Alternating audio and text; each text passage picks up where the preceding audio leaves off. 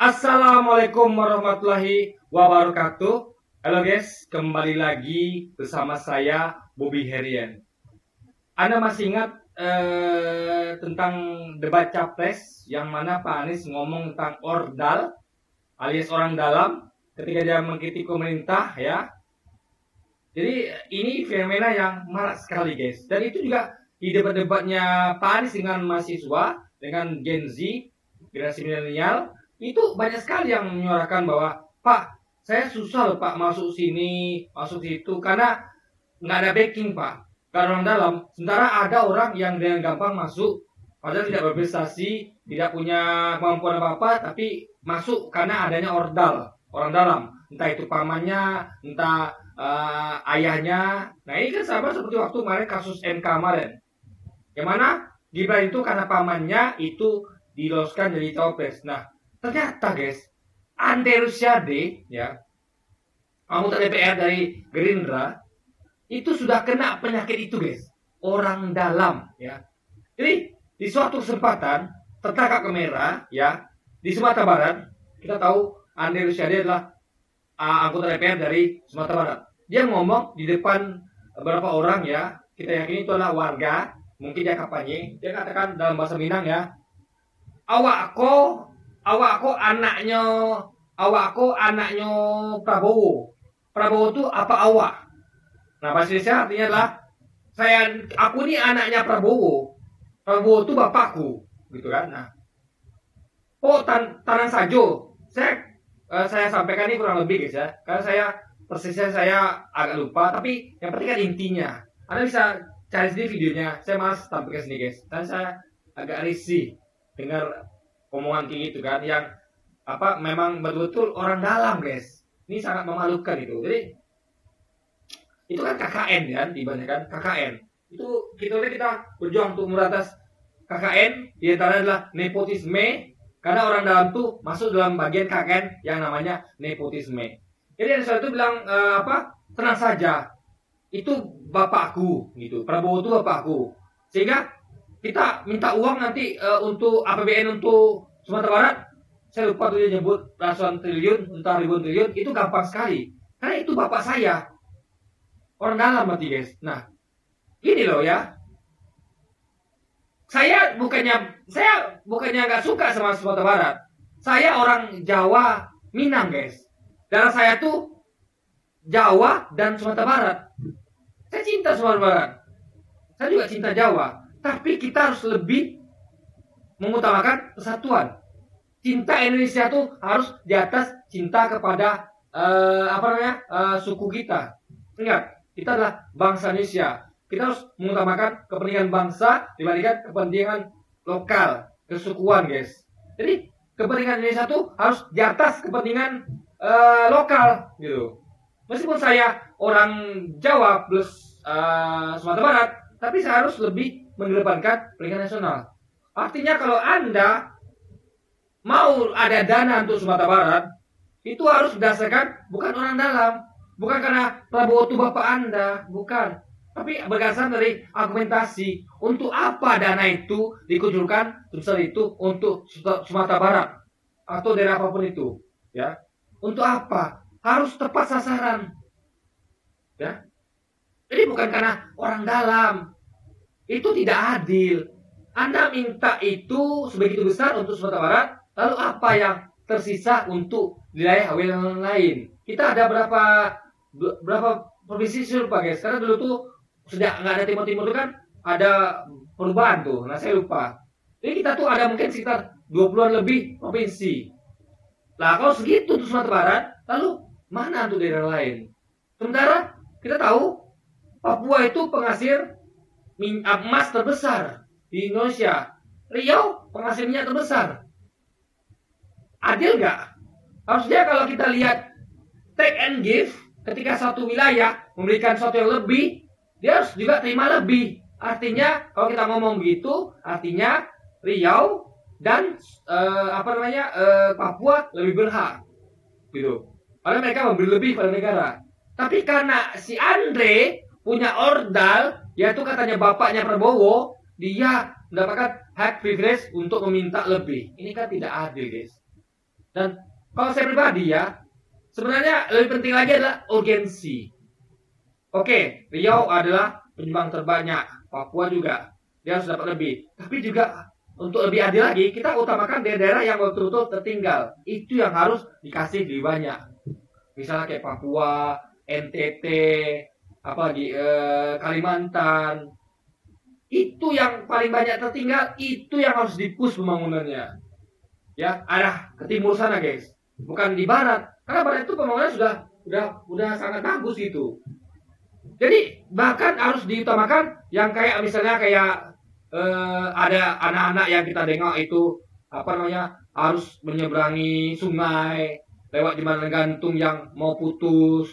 Itu diutamakan, guys. Keselamatan generasi muda kita. Dibandingkan kita bangun jalan tol di kota yang sudah bagus bangunannya, mending perbaiki jembatan untuk ada anak-anak itu bisa selamat nyebrang sampai tujuan. Ini masalah nyawa, guys. Keselamatan generasi muda kita. Bukan kepentingan yang pemilik mobil, orang-orang kaya yang bisa bayar jalan tol. Bukan. Itu lebih adil. Makanya di tangan Pak Anies, nanti beliau itu akan memberantas praktek-praktek ordal ini, guys. Dia buka layanan untuk melaporkan. Jadi siapapun itu bebas melaporkan dan akan dilindungi kesaksiannya. Sehingga tidak bisa dia apa-apain. Jadi betul-betul disimpan rahasianya, guys. Sehingga orang akan aman untuk melaporkan. Tidak ada nanti zaman Pak Anies itu orang-orang dalam itu nggak ada. Semuanya betul-betul berdasarkan pada kepentingan yang mendesak, urgent, dan memang tepat sasaran. Dan yang mana yang butuh itu akan diberikan. Yang kurang butuh ya tunggulah dulu, dikasih dulu seperlunya. Makanya saya katakan ya, ini rusak negeri ini, guys. Kalau kita tuh berdasarkan orang dalam, tidak adil. Orang Papua nanti akan cemburu, orang NTT cemburu. Akhirnya itulah makanya ada separatis, ada UPM, ada mungkin kayak Laskar Manguni. Saya ngerti Laskar Manguni itu salah ya, ngerti saya. Tapi mereka tuh menerima ketidakadilan. Mungkin saja mereka tuh cemburu dengan pembangunan di Jawa dan Sumatera. Ya karena orang-orang kayak Andre ini yang berlaku tidak adil. Ya, yang memanfaatkan orang dalam. Sementara ketimpangan itu terjadi di timur. Jadi Laskar Manguni walaupun salah tidak bisa disalahkan sepenuhnya. Mereka itu tambah parah karena ada orang-orang seperti Andre Rosiade yang berlaku tidak adil dan memakai sistem orang dalam, guys. Ini berbahaya sekali bagi negeri ini. Kita kalau mau negeri ini wujud bersatu, ya itu perlu keadilan. Makanya pembangunan itu harus diutamakan ke daerah yang tertinggal. Ya, bukan Sumatera Barat. Sumatera itu perlu dibangun, tapi harus utamakan dulu yang urgent, yaitu di bagian timur, gitu. Ya, itu poinnya, guys. Jadi kita harapkan semoga orang-orang kayak Andre ini ya cepatlah dikasih Allah hidayah gitu kan. Biar dia paham bahwa begitu rusaknya orang dalam ini, guys. Ya, rusak akan menimbulkan perpecahan. Karena orang akan cemburu, ya. Saya contoh lagi ya, misal dalam suatu keluarga ada anak yang mereka keluarga sejahtera, ya. Ada lagi anak lain yang keluarga miskin. Lalu yang sejahtera nih minta lebih, mentang-mentang lebih dekat sama bapaknya. Pak, saya kan anak kesayanganku, Pak. Nih, kasih dong Pak duit untuk keluargaku, Pak. Sementara ada anaknya yang miskin, yang mentang-mentang nggak dekat sama bapaknya, ya, yang agak berjarak. Mungkin karena anaknya ini bapaknya dikasih itu gimana? Sementara dia miskin, butuh dana itu. Gara-gara si Andre, anak yang kaya ini, ya udah kaya, minta lagi bapaknya. Nah, nggak adil, guys. Yang miskin ini cemburu, bisa berantem itu keluarga, gitu kan? Nah, itulah bahayanya praktek orang dalam. Harusnya Anda itu sadar, Pak, kami sebagai keluarga ini sudah cukup, Pak. Itu Pak, ada adik saya yang miskin, Pak, yang susah. Daripada Bapak kasih ke saya, meskipun saya anak saya Bapak kasih ke dia lah, Pak. Bapak tuh sayang juga sama dia, Pak. Jangan sama saya aja, Pak, gitu. Itu harusnya yang dilakukan oleh Andre. Tapi Andre tidak membawakan rasa sayang bapaknya untuk bantu dia yang sudah hidup berkecukupan bahkan lebih. Sementara saudara-saudaranya yang di NTT, Papua, yang kesusahan itu berkurang jatahnya karena semuanya diembat, diambil, direbut oleh si Andre. Tentang Prabowo bapaknya. Ini sangat merusak, guys.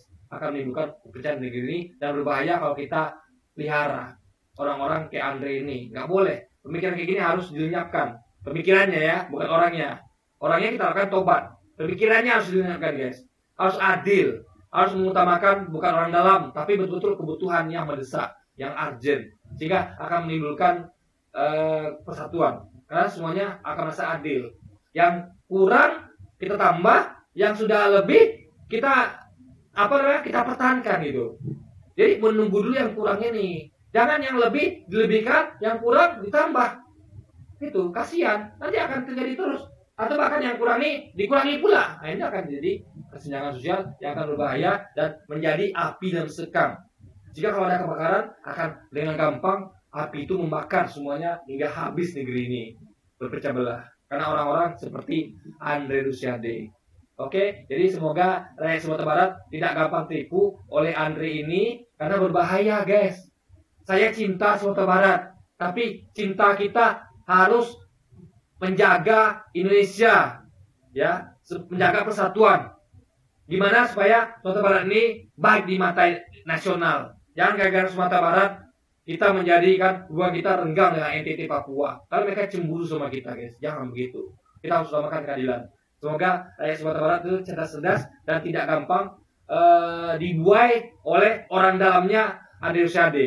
Praktik orang dalamnya Andre Rosiade.